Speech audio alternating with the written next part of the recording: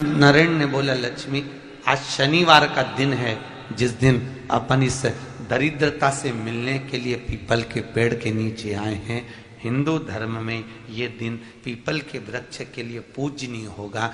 जो भी शनिवार के दिन पीपल के वृक्ष की पूजन करेगा, दूध चढ़ाएगा या मिष्ठान का भोग लगाएगा, लक्ष्मी और नारायण उसके घर में प्रवेश कर जाएगा। लक्ष्मी और नारायण उसके घर में प्रवेश करेगा, इसलिए नियम बनाया। कौन से दिन का? शनिवार। लक्ष्मी जी बोली, नारायण आपने तो एक दिन का वार लिख दिया। शंकर जी ने 7 वार बनाए हैं, रविवार, सोमवार, मंगल, बुध, गुरु, शुक्र और शनि। ये शिव जी ने बनाए। अब एक दिन आपने अपना बना लिया, बाकी के दिन अगर कोई इस पीपल के वृक्ष के नीचे आएगा और यहां तो दरिद्रता बैठी है तो उसका क्या होगा? भगवान नारायण बोले, सुन दरिद्रता, तेरे से एक विनती है, अगर कोई भी मनुष्य इस पीपल के पेड़ के नीचे अगर 7 दिन में आता है और उसके हाथ में अगर कोई सामग्री होती है तो तू उसके घर में प्रवेश नहीं करेगी। नियम है पीपल के वृक्ष का, या तो पानी का लोटा लेकर जाओ, कुंकू का चोपड़ा लेकर जाओ, शक्कर लेकर जाओ, या पेड़ के नीचे चींटी को डालने के लिए आटा ले जाओ, पर खाली हाथ पीपल के वृक्ष के नीचे कभी मत जाओ, कभी नहीं जाओ। खाली हाथ जाओगे तो दरिद्रता तुम्हारे घर में प्रवेश करेगी। दरिद्रता उठकर खड़ी होकर बोली, नारायण तुमने अपनी मनमानी करी है, एक दिन मुझे भी मेरा चाहिए। भगवान ने कहा, बोल कौन सा दिन चाहिए? दरिद्रता कहती है, रविवार के दिन इस पीपल के वृक्ष के नीचे मैं दिन भर नृत्य करूं, इसमें रहूं, और जो यहां आए रविवार को मैं उसके घर में प्रवेश करूं। भगवान ने कहा, ठीक है। दरिद्रता, रविवार का दिन एक ऐसा दिन रहेगा जिस दिन तू इस पीपल के वृक्ष के नीचे नृत्य करेगी और जो आएगा इस पीपल के वृक्ष के नीचे तो उसके साथ प्रवेश करेगी। मैंने तुझे वर दिया। इसलिए हमारे यहाँ केवल पीपल का वृक्ष अगर दीवार में भी लग जाता है ना, किसी की फैक्ट्री की दीवार में, किसी के घर की दीवार में पीपल का वृक्ष अगर लग जाता है, पीपल का पौधा लग जाता है, उसको कितना भी तोड़ लो वो वापिस लग जाएगा। फिर तोड़ोगे फिर लग जाएगा। अगर पीपल के पौधे को तोड़ना है तो केवल रविवार का दिन एक नींबू, एक मिर्ची और बमूल का कांटा, ये 3 चीजें रखने के बाद में आधे घंटे बाद रविवार के दिन पीपल के पेड़ को उखाड़ कर फेंक दो। दूसरी बार कभी पीपल दीवार में लगता ही नहीं है, कभी नहीं लग सकता। केवल एक रविवार का, केवल एक संडे, इतवार का। घर में दीवानों पर अगर पीपल लग भी गया है, इसलिए पीपल के वृक्ष को उखाड़ने का, अगर घर में पीपल लगा हुआ है या पीपल का पौधा हमारे घर में लग गया, उसको उतारना, निकालना, लगाना, तो पीपल के वृक्ष को अगर निकाला जाता है तो रविवार के दिन, और अगर पीपल के वृक्ष को कहीं लगाया जाता है तो सोमवार के दिन या मंगलवार के दिन, बुधवार के दिन, इन दिनों में लगा सकते पीपल के वृक्ष कहीं लगाना। शनिवार का दिन एक ऐसा दिन होता है जिस दिन पीपल के वृक्ष को कहीं जाकर लगाया नहीं जाता, क्योंकि शनिवार के दिन पीपल के वृक्ष के नीचे लक्ष्मी रहती है। हम अपने हाथों से अगर पीपल का वृक्ष किसी दूसरी जगह पर शनिवार को रोपित करते हैं तो हमारे घर की लक्ष्मी अपने घर से छिन्न होकर चली जाती है। इसलिए शनिवार के दिन पीपल लगाया नहीं जाता, किसी के घर जाकर उसको वापस पलटा नहीं जाता। लग गया उसको डाल। प्रभु मेरी धर्म पत्नी को कहाँ रखूं आप बताओ? वो तो जहां यज्ञ होता है, अनुष्ठान होता है, दान होता है, पुण्य होता है, सत्कर्म होता है, वहां जाने को तैयार नहीं। अब करूं क्या? भगवान ने बोला, एक काम करो। दुर्वासा जी बोले, जिसके यहां रात्रि में बर्तन झूठे पड़े रहते हो उसके घर में इस दरिद्रता को लेकर तुम प्रवेश कर जाना। जिसके यहां रात्रि में बर्तन झूठे पड़े हो वहां लेकर प्रवेश कर जाओ। दूसरी जगह दुर्वासा जी बोले, जो स्त्री घर में दोपहर के समय पर सो रही हो उसके घर में इसको लेकर प्रवेश कर जाइए। जो स्त्री दोपहर के समय में घर पर सो रही हो इस दरिद्रता को लेकर प्रवेश कर जाइए। तीसरा, जिसके यहां पर दरवाजे पर कांटे वाले पौधे लगे हों उस घर में इस दरिद्रता को लेकर प्रवेश कर जाइए। दरिद्रता, कितनी सुंदर बात कही है। दाता और विधाता, कौन कौन? दाता और विधाता। लक्ष्मी और दरिद्रता के सगे भाई हैं। कौन कौन? दाता और विधाता। दाता को फिटकरी प्रिय है, विधाता को नमक प्रिय है। ये दोनों हमेशा लक्ष्मी को और दरिद्रता को दोनों को समझाते थे, दोनों में प्रेम बढ़ाते थे। आज भी हिंदू धर्म की रीति है। यहां तो ठीक है, जिसके यहां पर भी अगर थोड़ी सी भी परेशानी होती है, थोड़ा सा क्लेश होता है, अशांति होती है, लक्ष्मी नहीं टिक रही हो, काम नहीं बन रहे हो, बहुत प्रयास करा जा रहा हो और हमारा कार्य नहीं होता, तो क्या करते हैं? फिटकरी और नमक को पानी में डाल देते हैं और घर में पोछा लगा देते हैं। आप लोगों ने आजकल फेसबुक पे भी पढ़ा होगा, व्हाट्सएप पे भी पढ़ा होगा। तो क्यों लिखा उसमें? उसका कारण ही केवल इतना है कि दाता और विधाता की प्रियता उसमें। माता ख्याति के जो 4 बच्चे हुए, इसमें जो 2 लड़के हैं, दाता और विधाता, उसकी प्रियता उसकी पूर्णता उसमें। अब दुर्वासा जी बोले अपनी धर्म पत्नी को वहां लेकर, जहां कांटेदार पौधे लगे हों वहां पर लेकर प्रवेश कर जाइए। कांटेदार पौधों में उस दरिद्रता का निवास हो गया। कितना विचित्र कथा यहां वर्णन करी है। श्रीमद् भागवत के अंतर्गत जो वर्णन किया कि निश्चित है, काम उलझ रहा है, आपका कोई काम ऐसा है जो बहुत दिन से उलझा हुआ है, चाहे वो कोर्ट कचहरी का हो, चाहे वो किसी से जुड़ा हुआ हो, और वो नहीं हो रहा, तो स्कंद पुराण कहती है, हमारे खंड में भी वर्णन है शिव महापुराण, कि किसी भी नवमी को आप आंवले के पेड़ के नीचे घी का दिया लगाकर, मौली मतलब हाथ में जो नाड़ा बांधते हैं, लच्छा, मौली, लच्छा, नाड़ा, हाथ में बांधने वाला पूजन वाला धागा लाल, घी का दिया लगाकर 5 परिक्रमा आंवले के वृक्ष की कर लीजिए और परिक्रमा कर धागे को वहीं पर छोड़कर थोड़ा सा धागा और अलग से लेकर किसी टहनी पर उसको कामना कर बांध दीजिए। महाराज 10वीं तिथि को, नवमी को तो ये करोगे, 10वीं को वापस जाकर आंवले के पेड़ के नीचे घी का दिया लगाइए और जो धागे की आपने टहनी पर जो धागा बांधा है उसको खोल कर ले आइए, अपने हाथ पर बांधकर उसी धागे को पहनकर अपने काम के लिए निकल जाइए, आपको सफलता प्राप्त हो जाएगी। शमी की जो पत्ती होती है,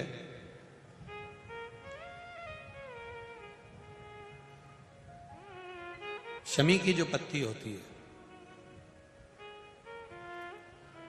एक पत्ती में जितनी पत्तियां लगी होती हैं और एक पत्ती के अंदर, जरा ध्यान देंगे, जैसे इस पत्ती में ढेर सारी पत्तियां लगी हुई है, उस पत्ती में से भी एक पत्ती तोड़ोगे और एक पत्ती तोड़ने पर उस पत्ती को भी अगर गिनोगे तो उसमें बहुत सारी पत्तियां होती हैं। आज प्रयास करना, अगर कहीं आपको शमी की पत्ती मिले तो जैसे ये पत्ती, इस पत्ती को तोड़ा गया, इस पत्ती में से एक पत्ती निकाली गई और एक पत्ती निकालकर आप धीरे से रखना, उसमें भी बारीक बारीक बारीक बारीक बारीक बारीक बहुत सारी पत्तियां नजर आती हैं। शिव महापुराण की कथा कहती है, जो सोमवार की अष्टमी हो या प्रदोष का व्रत हो या 12 महीने की शिवरात्रि हो या किसी भी दिन प्रदोष काल के अंतर्गत शंकर भगवान को एक शमी का पत्ता कोई भूलवश भी समर्पित कर देता है, तो जितनी एक पत्ती में पत्तियां होती है और उस पत्ती के अंदर भी एक पत्ती को तोड़ने के बाद जितनी पत्तियां होती है, उतने जन्म मृत्यु लोक में मनुष्य के नहीं होते। 84 लाख योनियों में से वो योनियां कट जाती हैं और देव योनि प्राप्त हो जाती है। एक शमी पत्र की इतनी महत्वता है, एक शमी पत्र। बेटी का प्रश्न है, कोई बेटी ने प्रश्न करा, मेरा नाम प्रेरणा है, हम रायपुर भाटा गांव से आए हैं।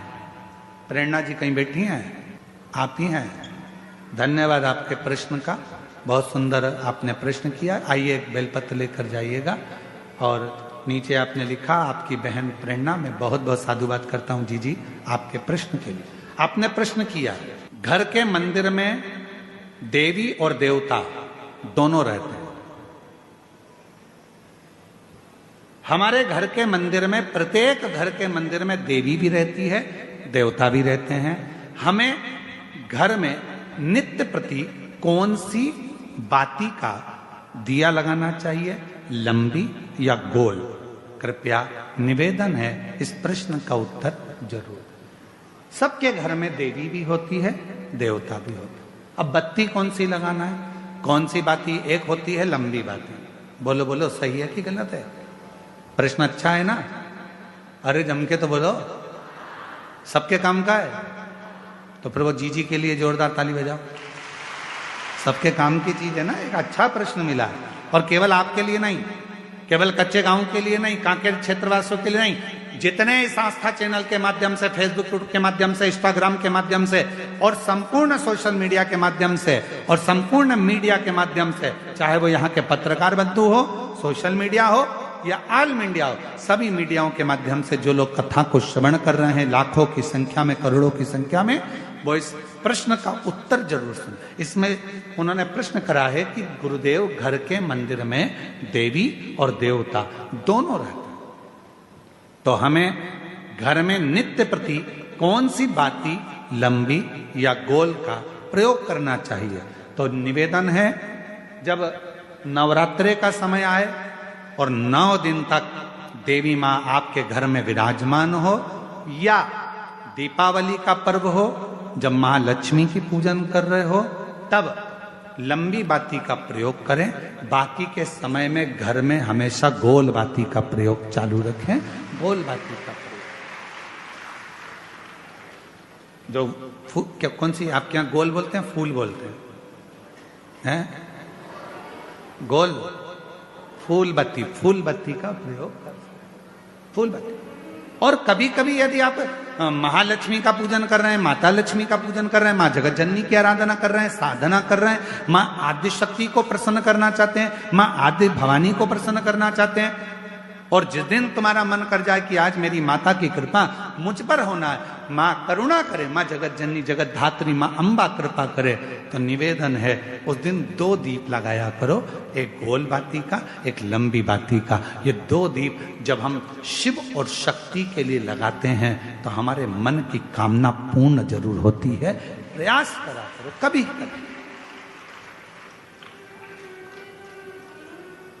कभी। और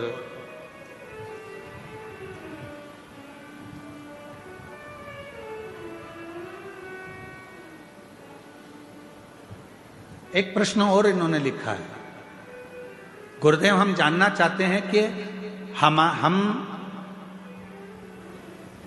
बच्चों को रुद्राक्ष का जल देना चाहते हैं, पर बच्चे कई बार वो पीते नहीं, कोई कहीं नहीं पीता, कोई नहीं पीता, कोई पीता, तो हमने क्या करा कि घर का जो मटका है उस मटके में रुद्राक्ष डाल दिया।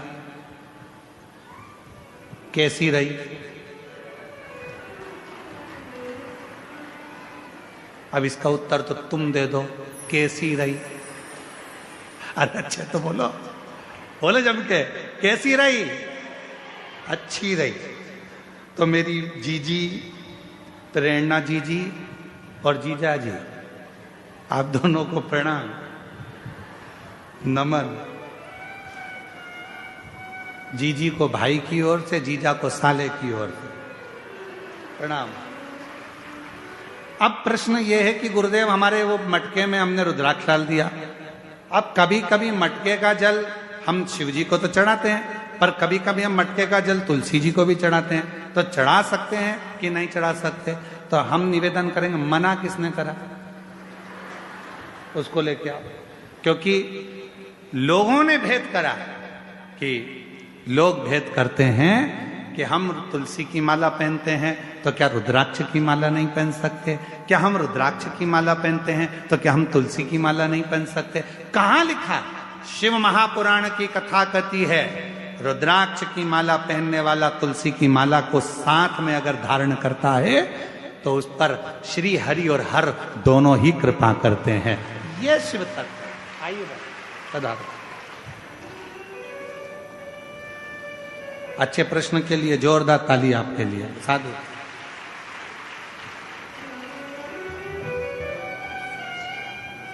कई लोग कहते हैं गुरुजी हमारा बुरा वक्त आया तो हमारे रिश्तेदारों ने साथ छोड़ दिया, रिश्तेदार बदल गए, हमारा थोड़ा सा व्यापार डाउन गया गुरुजी, हमारे परिवार के लोग बदल गए। अच्छा आपसे पूछें, जरा उत्तर देना कांकेर वालों, सब लोग। बुरा वक्त आया तो रिश्तेदार बदल गए, बोलो बदले कि नहीं बदले? बुरा वक्त आया तो अपने बदल गए, बदले कि नहीं बदले?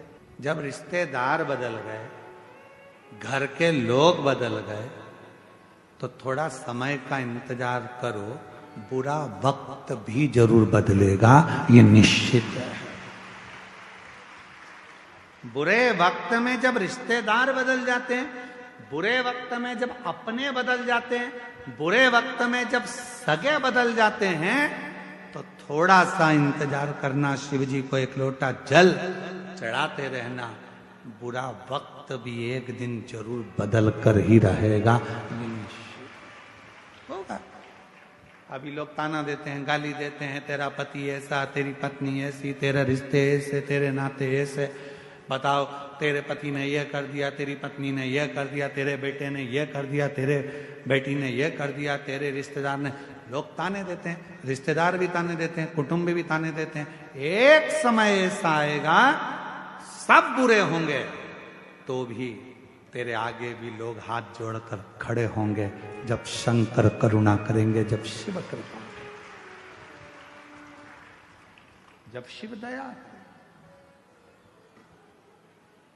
और तेरी कृपा का क्या है भरोसा, कब किस पर हो जाए जरा सी हम पर कर दो।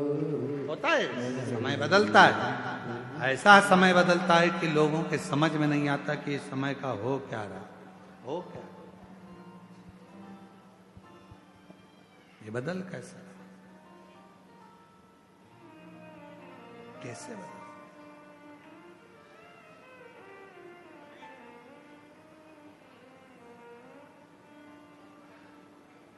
एक बात आप लोगों से कहें, एक मक्का का खेत था, मक्का लग रही थी, मक्का बोने वाला जो किसान था, मालिक, वो ध्यान रखता था पूरी फसल का। कभी कभी बंदर आ जाते थे तो उनको भगा देता। अब एक दिन मक्का लग रही है खेत में, और मक्का लगाने वाला जो मालिक था, भगाने वाला जो मालिक था, वो मर गया। सारे बंदरों को मालूम पड़ गया कि वो मालिक मर गया। बंदर सारे खुश हो गए, मालिक मर गया, खूब मक्का खाओ, खूब खेत मचाओ, खूब खेत बर्बाद करो। उसी में एक चतुर बंदर बैठा था, उसने कहा, अब मचा कर और खाकर करोगे क्या?